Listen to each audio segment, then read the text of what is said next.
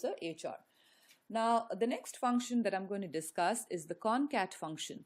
The concat function is used to combine two input strings to create a single resultant string. Now, the concat function is similar to the concatenation operator that was discussed in an earlier tutorial. The operator was used to combine two individual strings to create one resultant string. This function pretty much does the same thing. And here I'm saying I want to combine two separate words, which are the word SQL and the word class, to create one string. And because I'm not retrieving it from a specific table, I'm retrieving it from the dual table to see the result of this function once. And if you notice the output, it's coming up as SQL class, which is one word.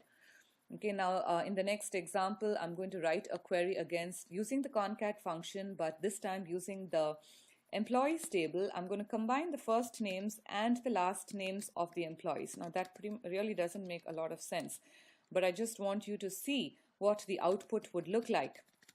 Here I'm executing the statement. Observe that Ellen Abel has been combined. Ellen was the first name, Abel was the last name, and it was combined to create one string. Now this was the concat function. Now the next function in this tutorial is the lpad function. The lpad function receives either 2 or 3 arguments.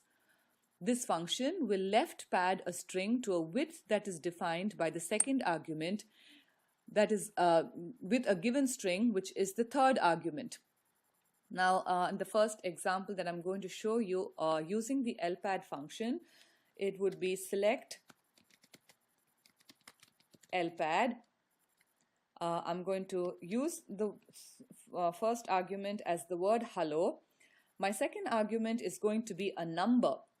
And the third argument is going to be a character that I want the padding to be done with. And this I'm going to retrieve from the dual table. Now what I'm really doing over here is I'm saying I want to left pad the word hello to a total width of 10 characters, and I want the padding to be done with question marks.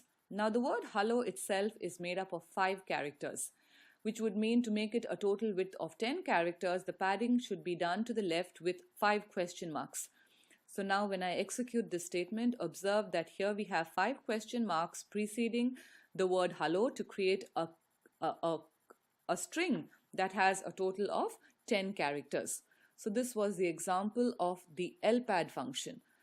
The rpad function pretty much does a padding to the right. So if I do change the lpad to an rpad, here I get the word hello that is padded to the right with question marks. So this was the lpad and the rpad function.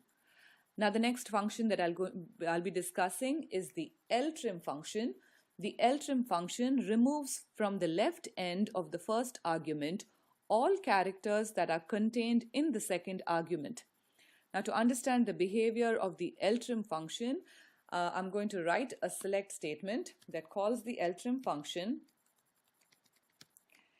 and I'm going to pass 2 arguments to the ltrim function.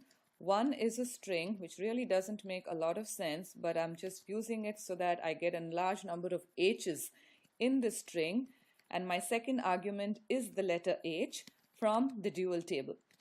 Now what I've just said is I've said left trim the word HHELLOH and trim all the letter H's from the left from this string. Now I'm executing the statement. What you notice is the result is coming up as ELLOH. That is, the first 2 H's that are the leading H's from this string have been removed. And that's what the ltrim function does. It left trims a string. Now if I change the ltrim to an rtrim, it's going to trim this the letter H from the right. So what you observe in the output are all the leading H's are still there, and then the trailing H has been removed. Okay, so that was what the rtrim function would do. Now finally, the last function in this tutorial is the trim function. Now the trim function will remove both the leading and the trailing occurrences of a character from a string. Now the syntax of trim is different from ltrim and rtrim. If I were to trim from the letter H from a string which I'm writing three H's, E, H, O, L, L, O, H, H. Now again, the string doesn't make sense, but I just wanted a large number of H's in the string. If you notice, there are three leading H's, there are three trailing H's, and there is one H that is embedded inside. And when I execute, is going to remove all the leading and the trailing H's, but what it has left behind is the one that was embedded inside. So the trim function is used to remove both leading and trailing occurrences of a given character from a string. Now in this video tutorial, I demonstrated a number of character functions. The character functions operate on character strings.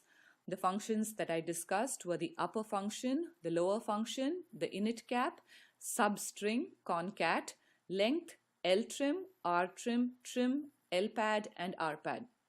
I hope you find this tutorial useful. For other tutorials, articles, videos, please visit our website at www.oraclecoach.com.